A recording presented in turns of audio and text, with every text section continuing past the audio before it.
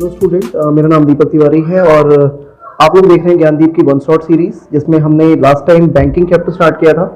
और आप जानते हैं कि बैंकिंग चैप्टर में हमने दो टॉपिक कवर किए थे। एक तो कमर्शियल बैंक के बारे में, उसके फंक्शंस के बारे में हमने पढ़ा, फिर हमने सेंट्रल बैंक और उसके फंक्शन के बारे में पढ़ा, एंड देन उसके बाद हमने कमर्शियल बैंक और सेंट्रल बैंक में डिफरेंस के बारे में जाना। ठीक है, आज हम लोग जो टॉपिक स्टार्ट करने वाले हैं उसका नाम है मनी क्रिएशन या फिर credit creation bye commercial bank. कैसे होता है मनी क्रिएशन, क्रेडिट क्रिएशन, ये हम लोग इस बारे में अभी देखते हैं। देखिए, सबसे पहले हम लोग यहाँ पे बात करते हैं मनी क्रिएशन या फिर credit creation bye commercial bank. सबसे पहले आपको ये जानना जरूरी है कि मनी क्रिएशन या क्रेडिट क्रिएशन का मतलब होता क्या है। आपको पता है कि कमर्शियल बैंक एक फाइनेंशियल इंस्टीट्यूशन है, बट क्या उसको नए नोट इशू करने का राइट है?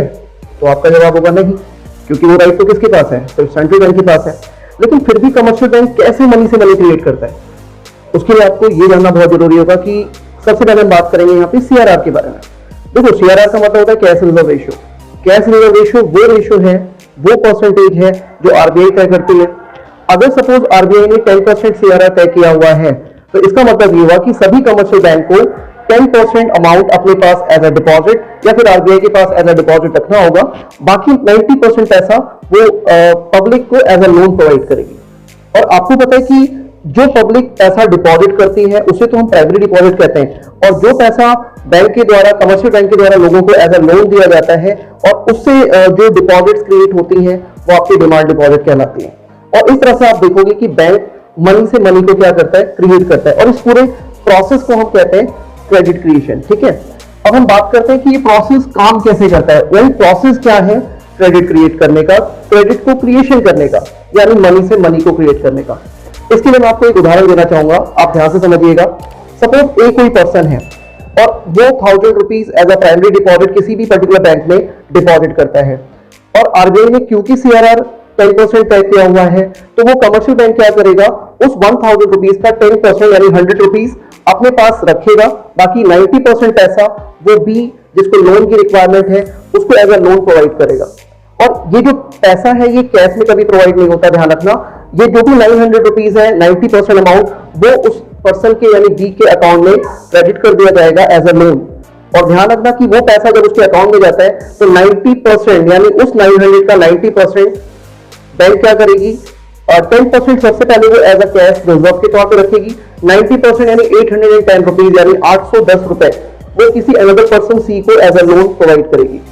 एंड अगेन यहाँ पे फिर से वही काम होगा, सी को ये लोन कैश में नहीं दिया जाएगा, उसके अकाउंट में पैसा क्रेडिट किया जाएगा, और 810 का 10% फिर से उस पर्टिकुलर बैंक ने अपने पास एज अ रिजर्व 81 रुपीज रखा। बाकी 729 रुपीज वो अनदर पर्सन डी को एज अ लोन प्रोवाइड कर देती है, और ये पैसा भी उसके अकाउंट में क्रेडिट कर दिया जाता है। और आपको मैं बता दूं, ये प्रोसेस कंटिन्यूअसली चलता जाता है तब तक जब तक ये पूरा का पूरा अमाउंट एग्जॉस्ट नहीं हो जाता, जब तक ये पूरा का पूरा अमाउंट खत्म नहीं हो जाता। और आप देखेंगे कि एक सिनेरियो है, एक सिंगल बैंकिंग सिस्टम के थ्रू एक एग्जांपल है, मैं आपको बताऊंगा।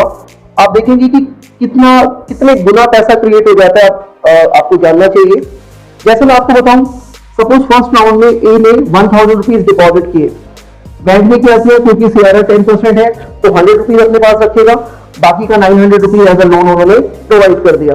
अब सेकंड राउंड में 900 बैंक के पास अगर डिपॉजिट पड़ा हुआ है, 900 का 10% 90 रुपीज कट करके बैंक ने रखा एज अ रिजर्व, बाकी का 810 यानी 90% अमाउंट वो लोन के तौर पे दे दिया जाता है। देन अगेन थर्ड राउंड में 810 आपके पास बैंक के पास डिपॉजिट के तौर पे रखा हुआ है, 10% 81 फिर से कैश रिजर्व कर लिया जाएगा, बाकी 729 एज अ लोन दे दिया जाता है। और ये प्रोसेस तब तक चलता जाएगा जब तक मनी एग्जॉस्ट नहीं हो जाती। और आपको पता होना चाहिए कि बैंक इस प्रोसेस से लगभग उस 1000 रुपीज से 10,000 रुपीज क्रिएट करता है। 900 एज अ लोन वो दे चुका है, 1000 उसका एज अ कैश रिजर्व के तौर पे रखा हुआ भी है, और आपने देखा कि 1000 रुपीज 10,000 में कन्वर्ट हो जाते हैं। और आपको मैं बताऊं, यहाँ पे एक फॉर्मूला काम करता है, demand deposit equal to 1/CRR into cash reserve. अगर मैं बात करूं, अगर हमारा कैश रिजर्व रेशियो यानी सीआरआर 10% है, तो 1/10% इंटू 100 आप देखोगे ये 10 टाइम्स हो जाता है। इसका मतलब ये हुआ कि 1000 रुपीज अगर ए ने डिपॉजिट किया हुआ है बैंक में, तो बैंक उस 1000 को 10 टाइम्स यानी 10,000 रुपए में कन्वर्ट कर देती है। एक एग्जांपल के तौर पे आप देखिए, सपोज सीआरआर हमारा यहाँ पे 10% है और कैश रिजर्व हमारे पास 10,000 रुपीज है।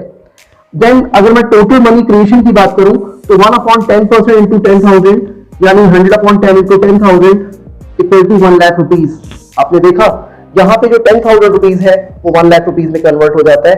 ये सिंगल बैंकिंग सिस्टम के थ्रू होता है, ध्यान रखिएगा। 10,000 से 1 लाख रुपीज में कन्वर्ट। आपने देखा कि यहाँ पे बैंक ने क्या किया, 10 टाइम्स पैसा मनी क्रिएट किया। That process is called money creation और क्रेडिट क्रिएशन। आई होप आप लोगों को ये बहुत अच्छे से टॉपिक समझ में आया होगा। आगे की जो वीडियो सीरीज है हम लोग नेक्स्ट चैप्टर को लेकर के आते रहेंगे, और आप लोग जो भी डाउट्स हैं, जो भी आपकी क्वेरीज हैं, आप लोग कमेंट कर सकते हैं। और आपके एप्रिसिएशन के लिए थैंक यू। आज के लिए